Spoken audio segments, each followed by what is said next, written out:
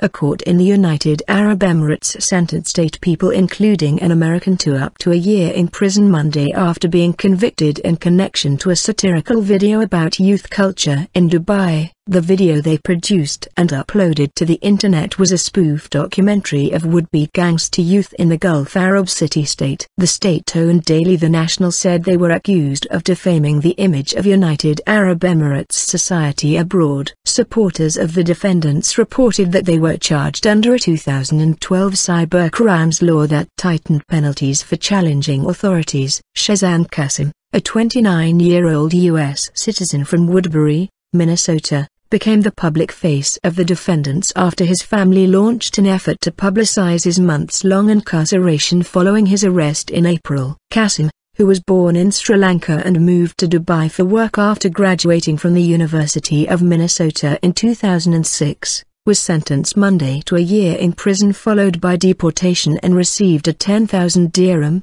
$2,725 fine, according to family spokeswoman Jennifer Gore. Cassim's brother, Shervon, called the ruling painful and unfair. Shez is coming up on 9 months incarceration for making a parody. "This isn't justice," he said in a statement. American consular officials have been following the case closely and attended Monday's hearing at the State Security Court in the federal capital, Abu Dhabi. The U.S. Embassy had no immediate comment following the verdict. State Department Deputy Spokeswoman Marie Harf last week said American officials were troubled by Cassim's prolonged incarceration and called for a fair and expedient trial and judgment. 2 Indian defendants received similar sentences, while 2 Emirati brothers were sentenced to 8 months behind bars and received 5,000 dirham fines, according to The National. A third brother was pardoned. 3 other defendants, a Canadian, Briton and an American,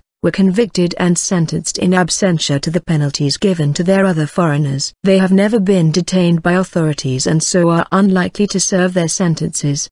The paper identified the defendants only by their initials, which is common in the Emirati media. Gulf Arab authorities have been cracking down on social media use over the past 2 years, with dozens of people arrested across the region for Twitter posts deemed offensive to leaders or for social media campaigns urging more political openness. The video, called Ultimate Combat System, the Deadly Satwajiz, is set in the Satwa district of Dubai. It is a documentary-style clip that pokes fun at Dubai youth who styled themselves gangsters but are not particularly thuggish, and shows fictional combat training that includes throwing a sandal and using a mobile phone to call for help. It opens with text saying the video is fictional and is not meant to offend. The case has drawn attention from celebrity comedians in the US. The comedy video website Funny or Die, co-founded by Will Ferrell and Adam McKay, posted a video earlier this month to raise awareness about Cassim's situation. In the video,